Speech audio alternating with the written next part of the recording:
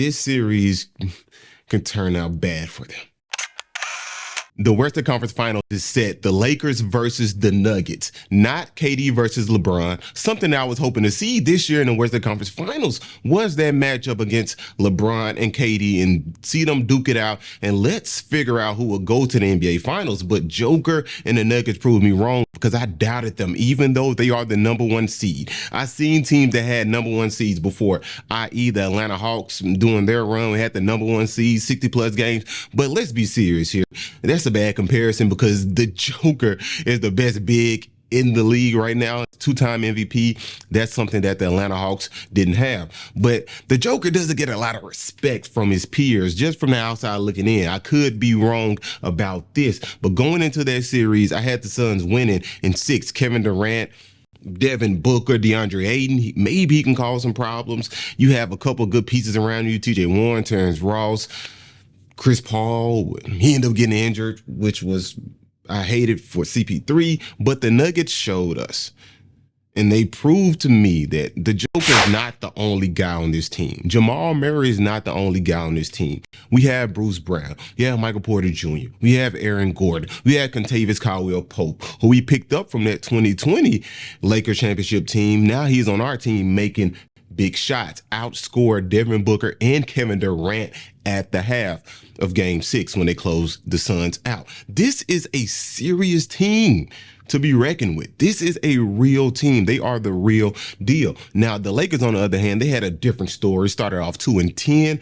You know that the Russell Westbrook saga, blaming everything on Westbrook. He's the reason why we are losing all these games.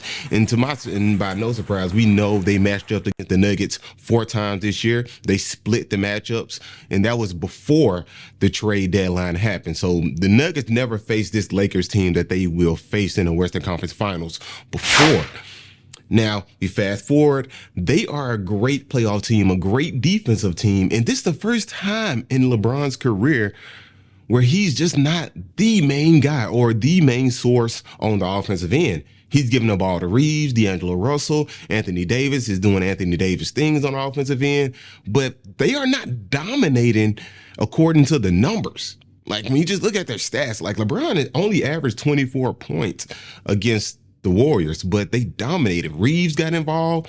Rui Hachimura got involved. But of course, I cannot forget to mention Lonnie Walker, who saved the day and put them up 3-1 with his amazing shooting and had a great game in Game 6. This Lakers team is a great team to watch, especially on the defensive end. Now, the matchup against the Nuggets, I view the Nuggets as almost a better version of the Golden State Warriors, even though they don't have the top 2 shooters in NBA history, in Klay Thompson and Stephen Curry. You have guys like Jamal Murray, who's a knockdown shooter, who can knock down shots. Michael Porter Jr. is a knockdown shooter. Kentavious Caldwell-Pope is deadly when it comes to the three-point shot, even though he's no Klay Thompson. He's far away from being Klay Thompson. But you have the Joker, who's the head of the snake, who's operating all of this, who's 7 feet tall, unstoppable in the paint, and is a great decision maker. And that 2-man game with him and Murray is almost unstoppable. And it's a beauty to watch. To be honest, it is a beauty to watch. You have Aaron Gordon, who's playing at a high level. The way that he guarded Kevin Durant was phenomenal. It was.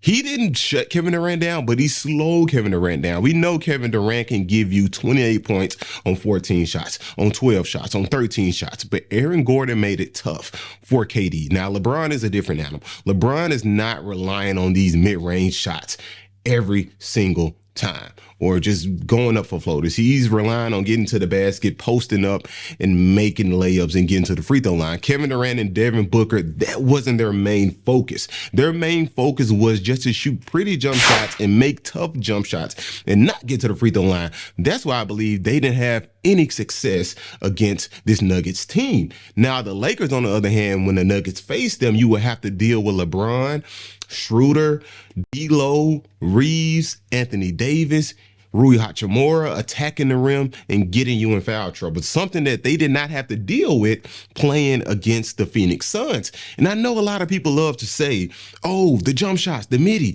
this and that. Devin Booker made 47 points on nothing but jump shots. Isn't that just beautiful? But I think getting to the rack and getting the other team in foul trouble is a much bigger win for you than just hitting these tough jump shots and not getting teams into foul trouble. So that's something that the Nuggets will have to face. And I definitely got off track with that. I don't even know where I was at, but I was just thinking like, man, this Nuggets team, when they played against the Suns just rely on mid-range shots, three-point shots. They don't really rely on getting to the basket and getting the Nuggets in foul trouble. Something that the Lakers put a huge emphasis on. Like, we have to get to the rack. We have to get to the line. We got to get you in foul trouble. If we get you in foul trouble,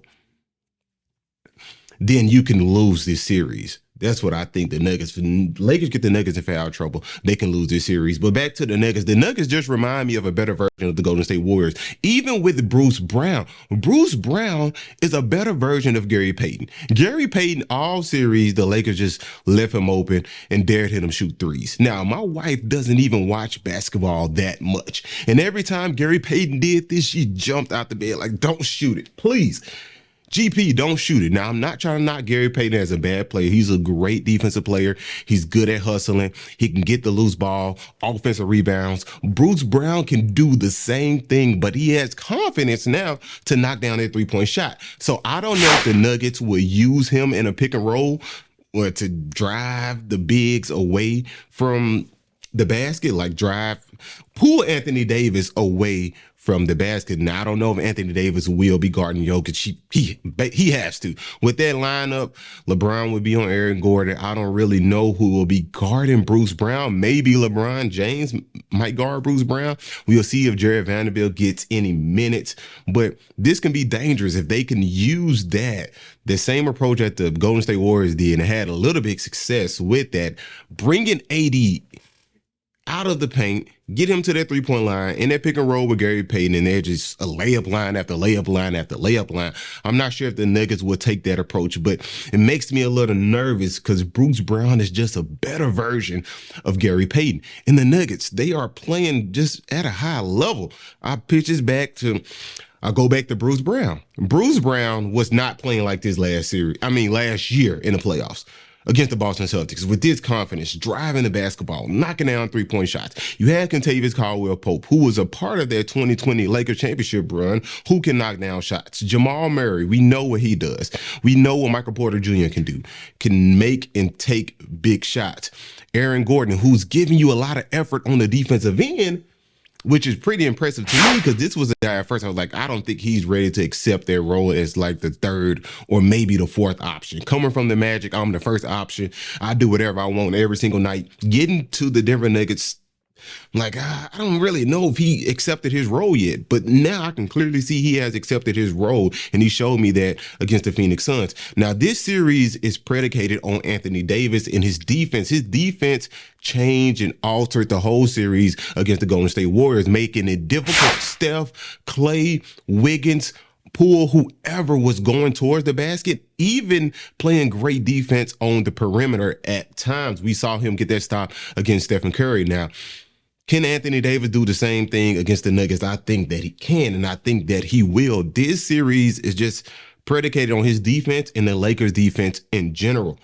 Will the Nuggets make and take all these three-pointers like Golden State? I don't think so. I think they pride themselves on getting to the basket and getting in foul trouble. Murray will get you in foul trouble, and we know Joker will get you in foul trouble as well. But overall, I have the Lakers winning in 6 just because I think LeBron James can control the pace and can control this game, but this will not be an easy matchup. If the Lakers don't win one game, if Lakers don't win one of the 2 first games, either game 1 or game 2, they lose this series because it's impossible, in my opinion, for them to win a game 7 in Denver.